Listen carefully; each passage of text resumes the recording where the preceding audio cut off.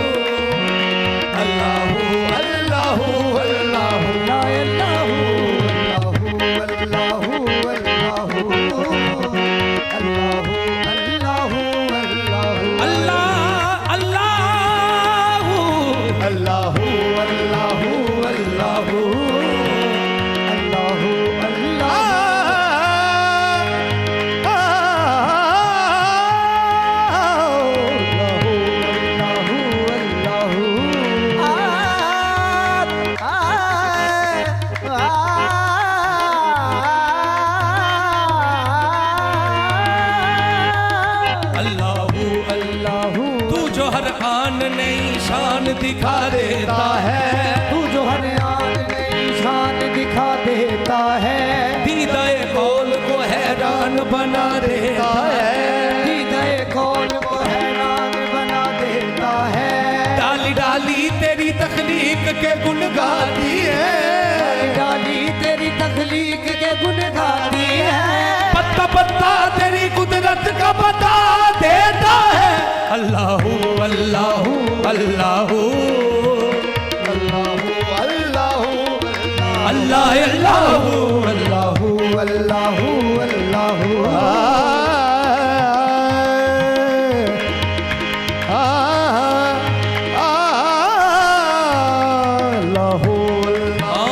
ये ज़मीं जब ना थी, ये जहां जब ना था, ये ज़मीं जब ना थी, ये जहां जब ना था, चांद सूरज न थे, आसमां जब ना था, चांद सूरज न थे, आसमां जब ना था, राज़े हक भी किसी पर आया जब ना था, राज़े हक भी किसी पर आया जब ना था, जब ना था कुछ यहाँ, जब ना था कुछ यहाँ था, मगर तू ही तो अल्लाह अल्लाह अल्लाह अल्लाह अल्लाह अल्लाह अल्लाह अल्लाह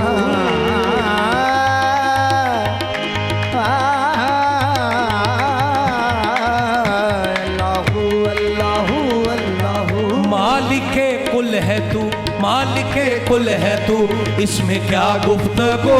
मालिके कुल है तू, इसमें क्या गुफ्तगू। मालिके कुल है तू, तू ही तू, तू ही तू, इसमें क्या गुफ्तगू। ओ तू ही तू, तू ही तू, इसमें क्या गुफ्तगू। तू ही तू, तू ही तू,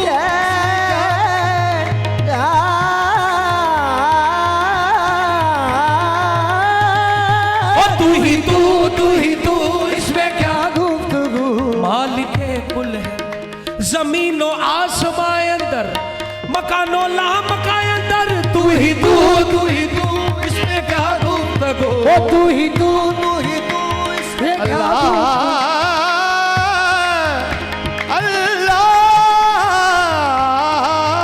तू ही तू, तू ही तू, इसमें क्या गुफ्तगू। जिनकी खातिर मेरे अल्लाह यहाँ भी देखा, वहाँ भी देखा, नेहा भी देखा, वहाँ भी देखा, यहाँ भी देखा, वहाँ भी देखा, यहाँ भी देखा, वहाँ भी देखा। जहाँ तक किसी की आंख है वहाँ तक तू ही तू, तू ही तू, इसमें क्या गुफ्तगू। ओ तू ही तू, तू ही तू, इसमें क्या गुफ्तगू।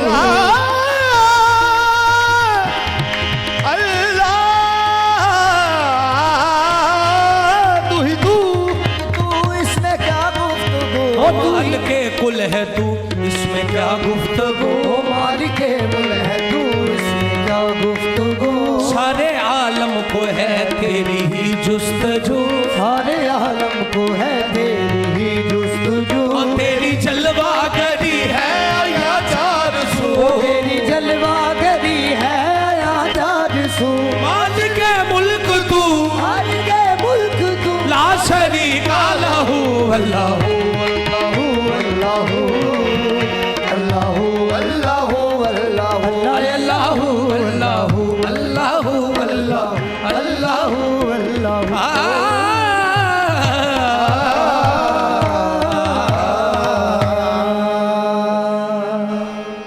बहुत खूब, बहुत बहुत खूब खूब। और बहुत ही खूबसूरत आवाज़ में जो है हमदे बारी ताला और समा बांध दिया समा गया बांध दिया और बड़ा ही यहाँ पे एक माहौल बन गया था।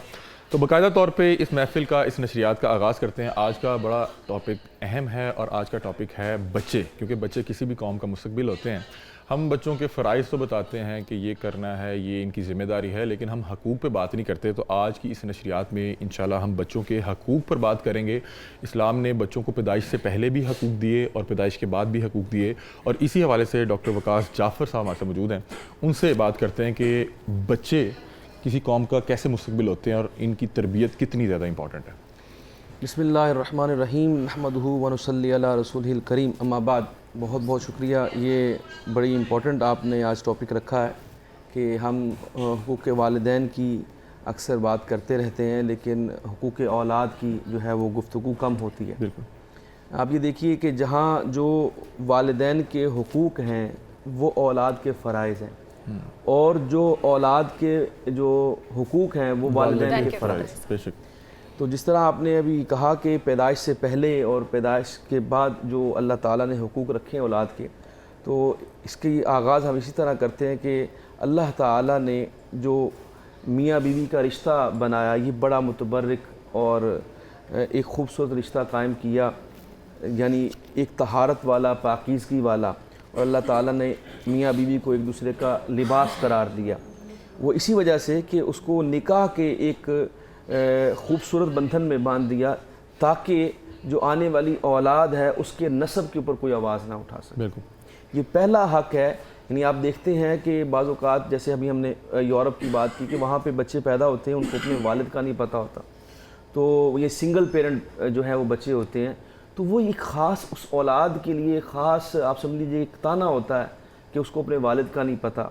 तो इसीलिए अल्लाह ताला ने हमें ये निज़ाम दिया जिसके अंदर मियाँ बीवी का रिश्ता कायम किया कि जो आप वालिदैन बनेंगे बाद में जाके, उनको उस औलाद को पता हो कि मेरा वालिद कौन है, मेरी वालिदा कौन है, ताकि उसके अंदर इन्फीरियरिटी कम्प्लेक्स, एहसास कमतरी ना हो और एहसास ज़िया ना हो कि मैं कहाँ पैदा हो गया हूँ, मुझे यानी मेरे लिए क्या यहाँ पे मामलात हैं। तो इस हवाले से अल्लाह ताला ने उसके लिए पहले इंतज़ाम फरमाया कि आप निकाह करें, मियाँ बीवी का एक रिश्ता कायम हो, ताकि जो औलाद हो उसके ऊपर, उसके नस्ब के ऊपर कोई सवाल ना उठे। ठीक है डॉक्टर वकास, जैसे आपने बात कही कि ये हमारे जो आपने अल्लाह पाक ने बड़ा मुतबरिक कर दिया कि औलाद के ऊपर कोई सवाल ना उठा जाए, तो उसके बाद की जो नेक्स्ट जर्नी है तो फिर वो वालिदैन पे आयद हो जाती है, स्पेसिफिकली माँ पर, आप दोनों पर, कि प्रेगनेंसी के दौरान जो कहा जाता है, कल भी हम बात कर रहे थे 1000 दिन होते हैं कि माँ उसमें किस तरह से बिहेव करती है या उसके इर्द गिर्द माहौल कैसा है, कितना पढ़ा लिखा है, कितना मजहबी है, वो चीज़ें भी उसके मेरा ख्याल है हकूक या तरबियत में शामिल है, क्योंकि वहीं से शुरू हो जाता है सिलसिला।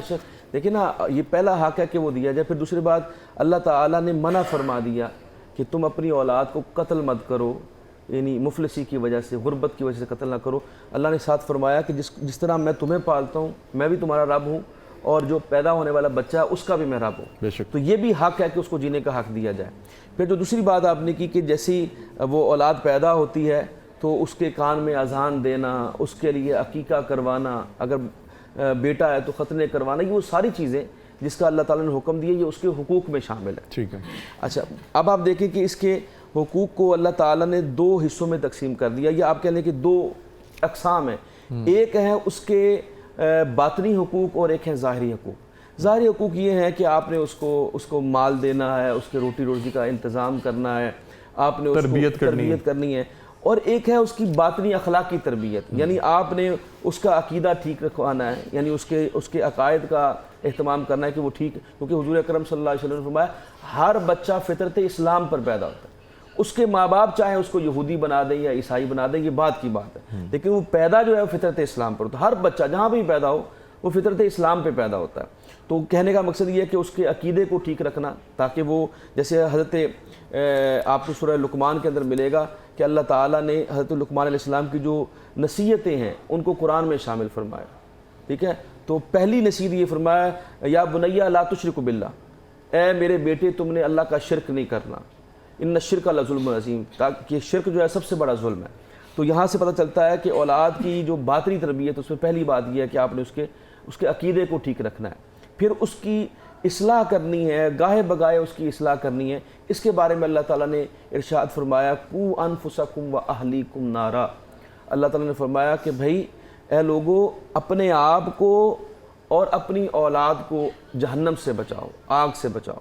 तो कहने का मकसद ये कि ना सिर्फ माँ बाप ने अपनी इस्लाह करते रहनी है और उसके साथ साथ अपने बच्चों की भी तरबियत करनी है, और उनको इस तरह का माहौल प्रोवाइड करना है, इस तरह की उनकी तालीम का इंतज़ाम करना है ताकि वो जहन्नम से आज़ाद हो सके। अभी आपने एक बताया कि अल्लाह ताला का हुक्म है कि अपनी औलाद को कत्ल ना करो मुफलिसी के डर से। ये मैं समझना चाह रहा हूँ कि कुछ लोग बच्चे की पैदाइश से पहले जो बच्चे को जो है उसकी ज़िंदगी ख़त्म कर देते हैं, ये उस हवाले से बात है या पैदाइश के बाद की बात का? नहीं, ये दोनों हवालों से बात है।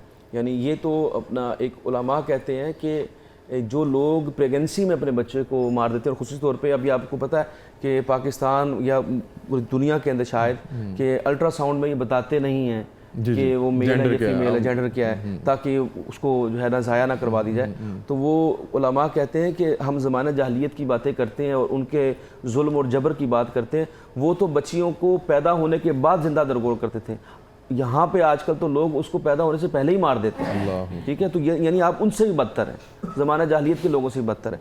तो ये वही इसी चीज़ में आता है कि चाहे वो प्रेगनेंसी के दौरान हो या बाद में हो, आप उसको कत्ल नहीं कर सकते। तो वही बात मैं आपसे पूछना चाह रही थी जो मैंने पहले भी की थी कि प्रेगनेंसी के दौरान भी जो वालिदैन के हकूक होते हैं उनमें क्या चीज़ें शामिल होती हैं? यही चीज़ है कि आपने उसका ख्याल रखना। बल्कि ये देखिए ना, हुजूर अकरम सल्लल्लाहु अलैहि वसल्लम, अल्लाह ताला ने कुरान में फरमाया वहनन अला वहनन, यानी वो जो माँ है वो बोझ के ऊपर बोझ उठाती है। तो जैसे ही कोई औरत प्रेग्नेंट होती है तो उसके हुकूक बढ़ जाते हैं, उसका ख्याल रखना, यानी शोहर की ज़्यादा जिम्मेदारी है कि उसके लिए आसानी पैदा करे।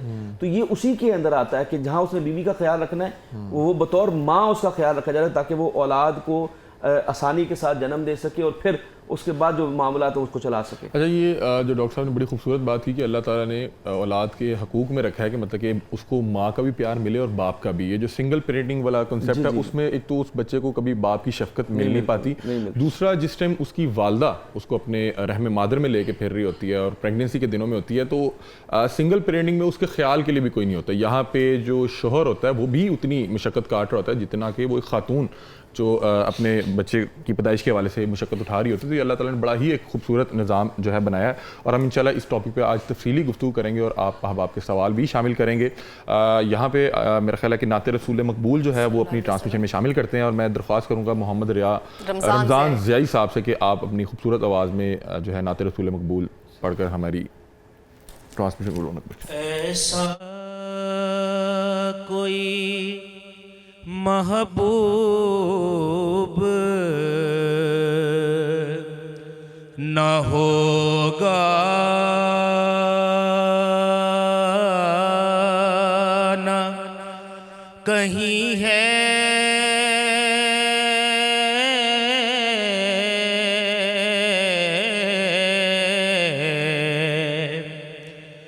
ऐसा कोई महबूब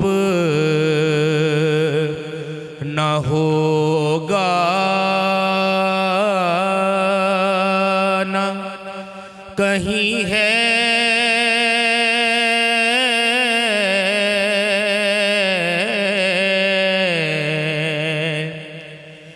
ऐसा कोई महबूब न होगा न कहीं है,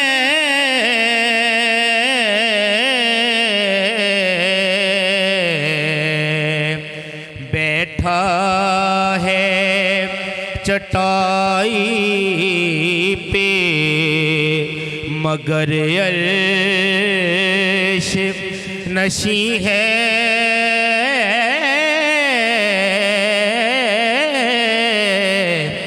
बैठा है चटाई पे, हाँ नीची नीची नजरें कुल की खबरें, ऐसा कोई महबूब। हाँ मोहम्मद को जब घर में लाई गलीमा, खुशी से न फूले समाई गलीमा, उन्हें गोद में लेके गाई गलीमा, ऐसा कोई महबूब न होगा न कहीं है, मिलता नहीं क्या क्या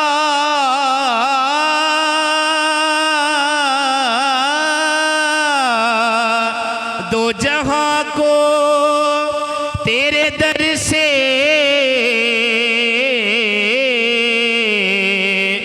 मिलता नहीं क्या क्या दो जहां को तेरे दर से, एक लफ्ज नहीं है जो तेरे लब पे नहीं है,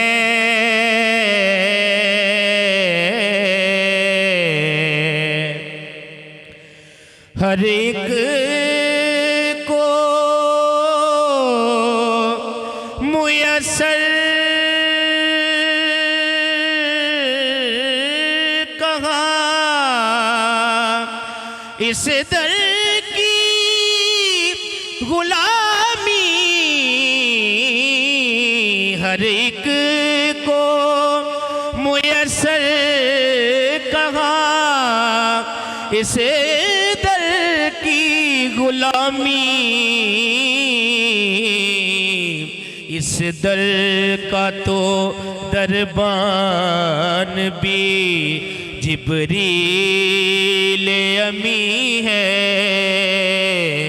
ऐसा कोई महबूब न होगा ना कहीं है,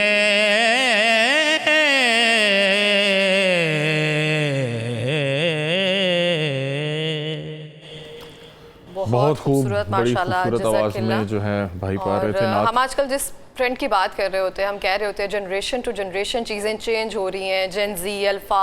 तो मुझे लगता है तरबियत की और जिस तरह से हमारे वालिदैन ने पहले वो सिलसिला चलता हुआ आया था वो कहीं रुक गया है, तो उसकी निस्बत से आज का टॉपिक बहुत ही बेहतरीन है। बिल्कुल ऐसी ही है। मोबाइल ने इस तरबियत के अमल को कितना मुतासिर किया, इस हवाले से थोड़ा बताएं कि मोबाइल ने आके किस तरह से वालिदैन की जो एक तरबियत थी उसमें आके खलल डाला, और अब बच्चे मेरा ख्याल है कि बहुत सी तरबियत अपने मुआशरे से, दोस्त अहबाब से ले रहे हैं। हाँ। देखिए, अगर आप इस तनाजुर में देखें कि हुकूकुल इबाद की जो इब्तिदा है वो माँ बाप से शुरू होती है। बिल्कुल ऐसे। ठीक है, यानी पहला जब आपका बच्चा पैदा होता है तो घर के अंदर उसकी जब आँख खुलती है तो अपने बाप को या अपनी वालदा को देखता है। तो जाहिर है कि उन दोनों शख्सियात की ज़िम्मेदारी है कि आप उसकी तरबियत करें। इसीलिए आका अलैहिस्सलाम ने ये फरमाया कि माँ पहला मदरसा होती है। बिल्कुल। और ये फरमाया उतलुबुल इल्मी मिनल महदी इलल लहद, के इल्म हासिल करो पंगूड़े से ले के और कब्र तक। तो इंसान सीखता रहता है। तो कहने का मकसद ये है कि इब्तिदा जो है वो माँ से हो रही है। बिल्कुल ऐसे। तो अगर यानी वो जैसे पता नहीं किसका कॉल भी है कि तुम अच्छी माएँ दे दो, मैं तुम्हें अच्छी जो है वो कौम दे दूँगा। तो कहने का मकसद यही है कि इब्तिदा जो है वो माँ से होती है, इसलिए माँ की तरबियत होना, उसके पास तालीम होना बड़ी ज़रूरी है। तो ये एक चेन है जो चलती है।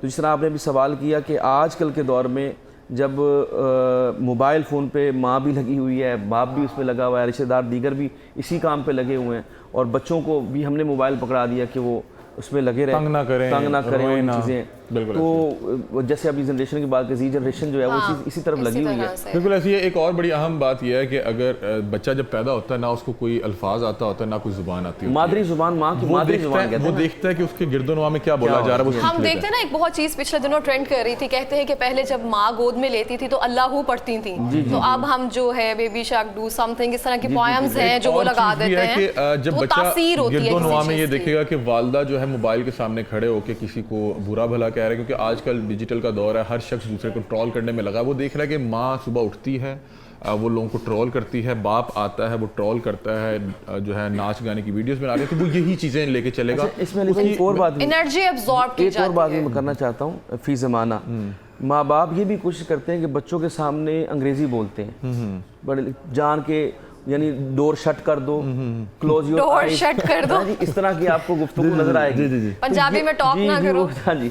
तो ये वो इन्फीरियरिटी कम्प्लेक्स है, एहसास कमतरी है, जिससे ये कौम बाहर नहीं आती।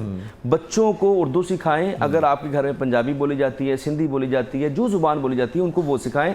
वो स्कूलों में सीख लेंगे दूसरी ज़ुबानें, तो कम अज़ कम उनको मादरी ज़ुबान जो होती है ना उसकी अपनी एक एसेंस होती है। तो आजकल जो मामला ख़राब हुआ है, उनको बेचारों को ना उर्दू सही आती। मैं एक जगह जब मैं वीकन हाउस में पढ़ाता था, आपको एक वाक़या सुनाता हूँ। तो PTM जब होती है तो उसमें कुछ बच्चे ज़्यादा कहते शाये होते थे, उसके पेरेंट्स भी, हमारे बच्चों को जी उर्दू नहीं आती। तो मैं कहता था कि उनको अंग्रेजी भी नहीं आती। तो ये आपने जो क्या है कि डोर शट कर दी है, क्या डोर शट कर लोग मजाक उड़ाएंगे, पंजाबी शट द डोर। हाँ प्लीज शट डोर शट। नहीं, अच्छा ये गुलाबी उर्दू हो रही है, गुलाबी उर्दू मिक्स करके। अच्छा एक और चीज़ के वक्त की इंपॉर्टेंस देखें कि कुछ लोग कहा करते थे कि वक्त पैसा है, और अब माँ बाप का वक्त इतना इंपॉर्टेंट हो गया कि वो बच्चों को वक्त नहीं दे रहे, मोबाइल दे रहे हैं। और बच्चे एक जो 3 साल का या 2 साल का है, उसकी एक कार्टून से ज्यादा मोहब्बत है, माँ बाप से मोहब्बत नहीं है। जी बिल्कुल। आप उनके सामने वो कार्टून कैरेक्टर खड़ा कर दें और एक तरफ वालिदैन खड़ा कर दें, तो वो कार्टून की तरफ यहाँ तक अंदाज़ा लगाइए कि जो बच्चे जब आप उनसे गुफ्तगू करेंगे तो स्पेशली क्योंकि हिंदी ज़ुबान के अंदर ज़्यादातर कार्टून्स होते हैं जो ट्रांसलेशन होती है उनकी, तो वो बच्चे हिंदी बोलते हैं। बिल्कुल ऐसे ही है। जैसे मैंने आपको कहा अंग्रेजी के, इस तरह वो बेचारे हिंदी के लफ्ज बोल रहे होते हैं। ये बहुत बड़ा आलमी है। अच्छा हम भी बचपन में ऐसे ही थे, इंडियन ड्रामास बहुत देखे जाते थे, और अब फोन सब चीजें हमारे हाथ में, अब वो लैंग्विस्टिक जो है ना वो गैप एक तरह से। मैं दाद देना चाहूंगा कि यहाँ पे पाकिस्तान में भी कुछ बड़े अच्छे वो कार्टून बनाए जा रहे हैं। जी बनाए जाते हैं। अब्दुल्ला के नाम से कार्टून है, चले उसने कहीं ना कहीं पाकिस्तानी बच्चों को अपनी रवायात, अपने कल्चर के हवाले से जो है कुछ ना कुछ दिया। नहीं तो बच्चों को देखने के लिए कोई कार्टून, कोई एंटरटेनमेंट कोई मौजूद ही नहीं है। और वो इतने महंगे बनते हैं, मेरा ख्याल है कि वो एक सियासी जमात है, मजहबी सियासी जमात है, वो बना रहे हैं और वो ये अल्लाह की रज़ा के लिए बना रहे हैं। हालांकि ये बड़ा महंगा काम है, ये कोई आम शख्स बना ही नहीं सकता। ये मदनी चैनल वाले बना रहे हैं, मैं उनको जो है बहुत उनकी काविशों को जो है सराहता हूँ। अली, मैं यहाँ पे एक चीज मेंशन करती जाऊँ, अब जो हम कार्टून्स देखते हैं, जैसे आपने अब्दुल्ला का जिक्र किया, बहुत सारे ऐसे कार्टून्स हैं जो अडल्ट कार्टून्स हैं, बिल्कुल ऐसे अब वो कार्टून्स नहीं आ रही है जो हमने कभी देखे थे। बिल्कुल ऐसे, जमाना वो चेंज होता जा रहा है। मदनी चैनल के बच्चों के कार्टून है वो हाईली रिकमेंडेड है, अगर आप अपने बच्चों की तरबियत भी करना चाह रहे हैं और चाह रहे हैं कि वो थोड़ा इंटरटेन भी रहे। चलें बहरहाल इस पे बात करते हैं और यहाँ पे नाते रसूल मकबूल जो है शामिल कर लेते हैं। अजहर हुसैन कलंदरी साहब अपनी खूबसूरत आवाज़ में नाते रसूल मकबूल से हमारी महफिल को रौनक बख्शें।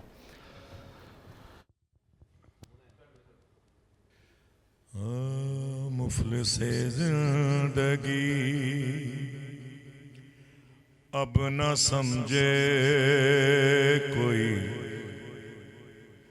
मुफलिसे जिंदगी अब न समझे कोई, मुझको इश्क़े नबी इस कदर मिल गया, जगमगाए न क्यों मेरा अक्से दरूं, जगमगाए न क्यों मेरा अक्से दरूं, एक पत्थर को आईना घर मिल गया, मुफलिसे जिंदगी उनका दीवाना हूँ, उनका मजजूब हूँ, क्या ये कम है कि मैं उनसे मंसूब हूँ, उसका दीवाना हूँ, उसका मजजूब हूँ, क्या ये कम है कि मैं उनसे मंसूब। Welcome back everyone. नशरियात में आगे बढ़ते हैं। हमें ब्रेक के दौरान ज्वाइन किया है सैयद अमजद अली शाह साहब ने, जो कि इस्लामिक स्कॉलर है, और उनसे हम बात करेंगे आज के बहुत अहम मौजू के बारे में, जिससे हम राय ले रहे थे डॉक्टर वकास जाफ़र साहब से।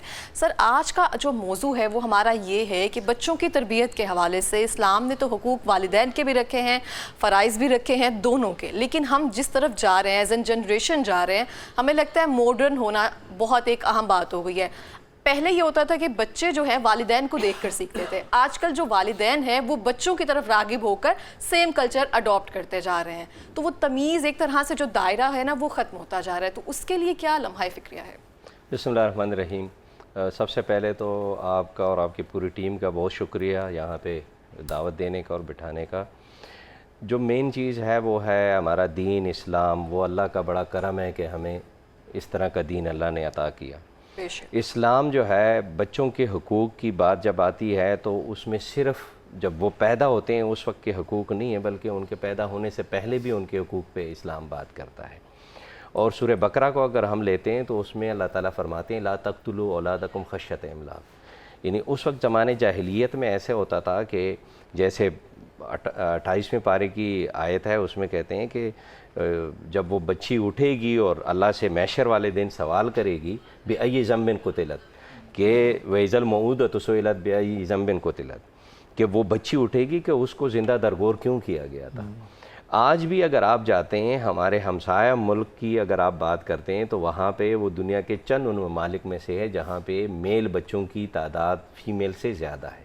और वो क्यों है कि जब उनको प्रेगनेंसी में पता चलता है कि ये फ़ीमेल है तो उसको ज़ाया कर देते हैं।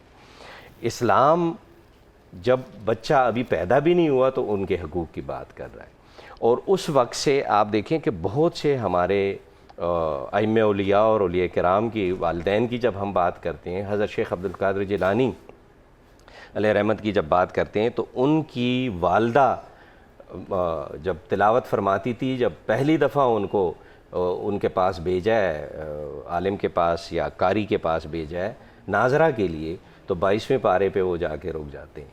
और वो क्या था कि उनकी वालदा जब प्रेगनेंसी में तिलावत फरमा रही हैं तो उस वक्त वो जहन नशीन हो रहा है। क्या बात, यानी अगर हम अपने आप को बीइंग फादर बीइंग मदर हम अपनी रिस्पॉन्सिबिलिटी पूरी करेंगे तो उस वक्त मुझे बच्चे को कहने की ज़रूरत भी नहीं पड़ती। मैं बच्चों को कहता हूँ कि आप नमाज़ पढ़ें और ख़ुद मैं नमाज ना पढ़ो, पता ही नहीं है मुझे उसका। बच्चे मैं उन्हें देखकर कहता हूँ सीखते आप झूठ ना बोलें, और वो मुझे 24 घंटे ऑब्जर्व कर रहा है कि मैं अपने बच्चों के साथ भी झूठ और धोखा कर रहा हूँ, तो वो कैसे उससे तरबियत लेगा। तो सबसे पहले जो भी चीज़ है, और इस्लाम सबसे पहली जो इम्प्लीमेंटेशन की बात करता है किसी भी चीज़ की, चाहे वो अकल है, चाहे अखलाकियात है, चाहे इल्म है, चाहे तकवा है, अपने आप से शुरू करना है। मैं एक मिसाली किरदार हूँ, सबसे मिसाली किरदार मेरे बच्चों के लिए वो मैं हूँ पूरी कायनात में। बच्चा अपने आप को चाहता है कि उसका आइडियल जो होता है, उसका हीरो जो उसके जहन में होता है वो उसका फादर है, और जो आइडियल तरीन जो औरत होती है उसके जहन में वो उसकी वालदा है। बिल्कुल ऐसा। अब अगर वो डेली रूटीन में अपने वालदैन की इंटरेक्शन, इवन मेरी जो अपने वाइफ के साथ जो इंटरेक्शन है या कम्युनिकेशन है वो ऑब्जर्व कर रहा है। मैंने खुद इन चीज़ों को अपने बच्चों में महसूस किया है कि अगर आज मैंने जिस अंदाज में बात की है, कल को मेरा बच्चा उसी अंदाज में बात करता है। बिल्कुल ऐसी, बिल्कुल ऐसी। अच्छा, एक चीज़ मैं डॉक्टर साहब आपको शामिल गुफ्तगू करना चाह रहा हूँ कि बहुत सी चीज़ें औलाद जो है वो बच्चों को देख के सीखती है, औलाद जो है वालिदैन को देख के सीखती है। अब जो टेक्नोलॉजी है वो वालिदैन बच्चों से सीख रहे हैं, और जो चीज़ बच्चे वालिदैन को सिखाएंगे वो उसका क्या हाल करेंगे, आप ये बताएं ज़रा। जैसे अभी आपने इंफॉर्मेशन एंड टेक्नोलॉजी के हवाले से बात की है ना, या जो एआई का जो अब दौर आ गया है कि जिसको आप कह रहे हैं कि मोबाइल फ़ोन हो गया या दूसरे इंटरनेट वगैरह की फैसिलिटीज़ होती हैं, इसमें लामहवाला ये ऐसी है बात कि जिससे मैं एक चीज़ ऐड करना चाहता हूँ। मुझे एक हदीस याद आ गई। जी जी बिस्मिल्लाह। कि हुजूर अकरम सल्लल्लाहु अलैहि वसल्लम ने फरमाया, कल हम बात करते हैं हुकूकुल इबाद की, सॉरी अपना हुकूक वालिदैन की, तो ये जो इससे आपने कहा ना सिखाने से जो मुझे याद आ गई हदीस कि आका अलैहिस्सलाम ने फरमाया कि तुम अपने घर में अपने माँ बाप के पास बैठ के उनके साथ कोई भी बात करो, ऐसी बात करो जिससे वो खुश हो जाएं। कोई लतीफ़ा सुना दो, कोई ऐसी बात, यानी एक शरई हुदूद के अंदर रहते हुए कोई भी ऐसी आप बात कर लें तो जिससे आपके माँ बाप खुश हो जाएं, ठीक है। हुजूर ने फरमाया तलवार लेके अल्लाह की राह में जिहाद करने से अफजल है। सुभान अल्लाह, क्या बात। तो आप अंदाज़ा लगा लें कि वो अगर बच्चों ने सिखाना भी है तो कोई ऐसी चीज़ सिखाएं जिससे उनको जो है वो फ़ायदा हो सके। लेकिन इसमें कोई दूसरी बात नहीं है कि नेक्स्ट जनरेशन जो होती है, और ये माँ बाप यही चाहते हैं कि मेरी औलाद जो है वो मुझसे आगे जाए, मुझसे आगे तरक्की करे। लेकिन जो आप ख़ास बात इसमें नुक्ता समझाना चाह रहे हैं, जो अभी शाह साहब ही फरमा रहे थे, वो ये है कि जैसे हमने बात की ना बातनी तरबियत की, तो इम्पोर्टेंट बात ये है कि आप उनको वो चीज़ें सिखाएं जिससे उनका दुनिया के अंदर और स्पेशली आखिरत के अंदर उनसे जो सवालात होने। हमने ये बात तो कर ली कि माँ का दूध पिलाना, उसको उसके लिए सारा इंतज़ामात करना, इंसराम करना, उसको तरबियत के लिए स्कूल भेजना, जो भी हम मदरसे में भेजना, ये सारे हम काम करते हैं।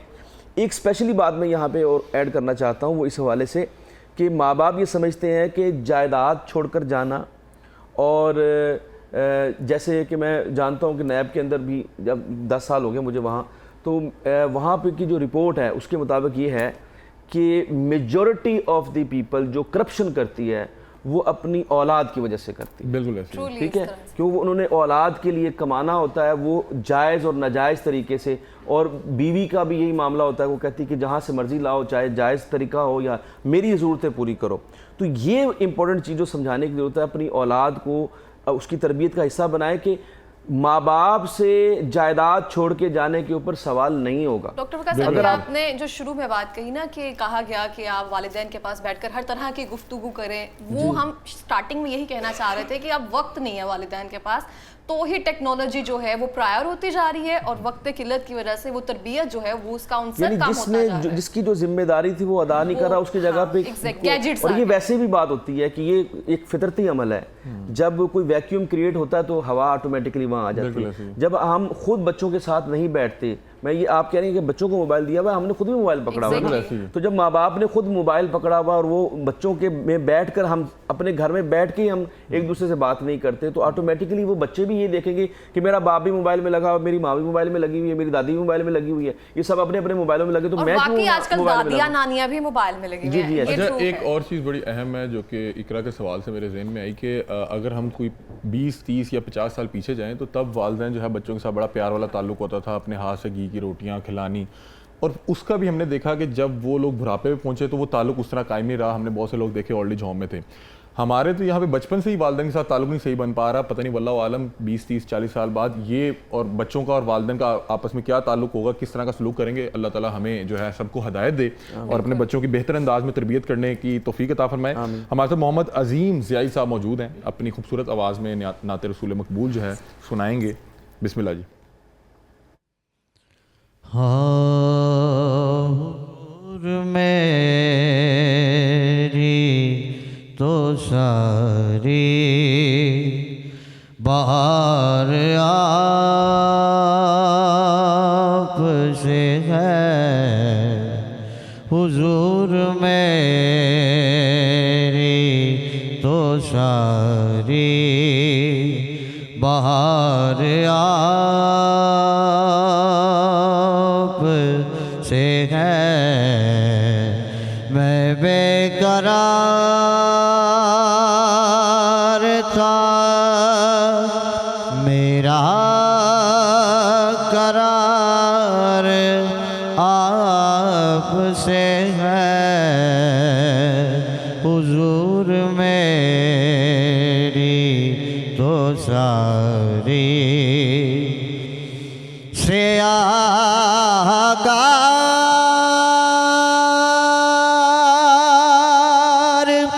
हो आका, बड़ी नदामत है से आगार हो आका, बड़ी नदामत है, कसम खुदा की ये मेरा वकार आप से है, कसम खुदा की ये मेरा वकार आप से है, और मेरी तो हस्ती ही क्या है, मेरे गरीब नवाज, मेरी तो हस्ती ही क्या है, मेरे गरीब नवाज, जो मिल रहा है मुझे सारा प्यार आप से है, जो मिल रहा है मुझे सारा प्यार आप से है, हुजूर आपकी यादों में अश्क रहमत है, हुजूर आपकी यादों में अश्क रहमत है, ये तेरी आँख ज़िया अश्क बार आप से है, ये तेरी आँख ज़िया अश्क बार आप से है मैं बेकरार था, मेरा करार आपसे है। माशाल्लाह बहुत खूबसूरत। हुजूर मेरी तो सारी बहार आपसे है। और एक लाइन में मुझे लगता है पूरी एक कैफियत है जो हम बयान करते हैं जब भी दुआ करते हैं। बिल्कुल ऐसे तो ही। आगे नशरियात में हम बढ़ते हैं।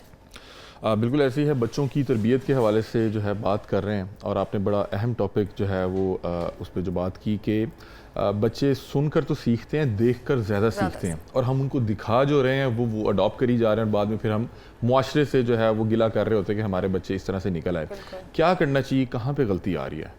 गलती मैं समझता हूँ कि वालिदैन में खुद है। ठीक है, यानी मैं फिर इस बात का इआदा करूँगा कि जो सबसे पहली चीज़ मेरी अपनी ज़ात है। बिल्कुल। और जैसे हुजूर नबी करीम सल्लल्लाहु अलैहि वसल्लम की हदीस पाक है कि कुल्लुकुम राइन व कुल्लुकुम मसूलन अन रइयतिही, आप में से आपकी हर एक की एक रियाया है और आपसे आपकी रियाया के मुतालिक सवाल किया जाएगा। तो मेरे घर की जो रियाया है उसका सरबराह मैं हूँ। बेशक।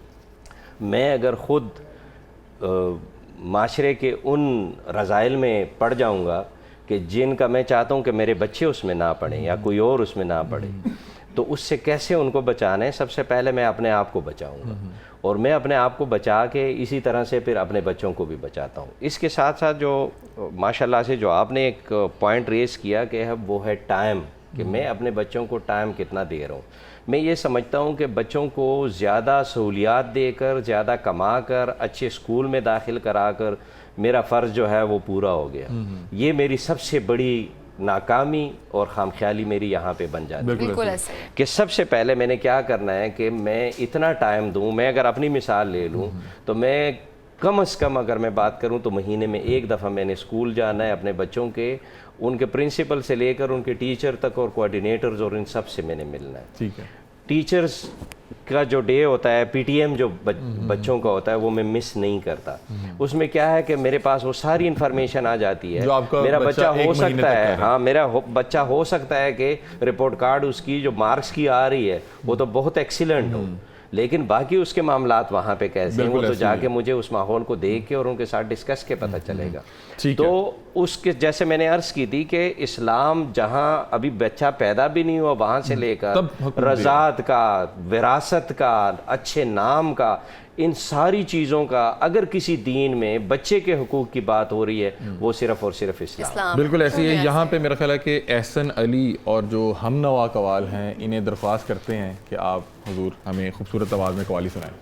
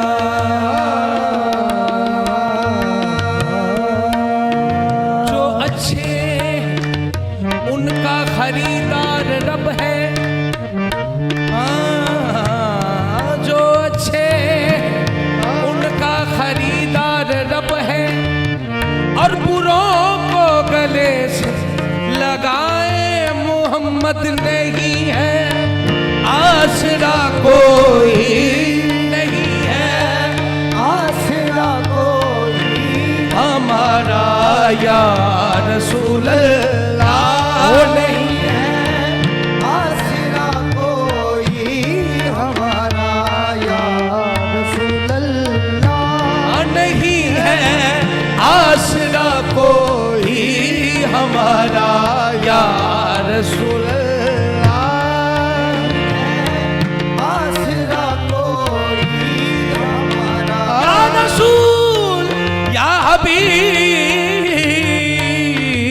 नहीं है, आसरा कोई हमारा या रसूल।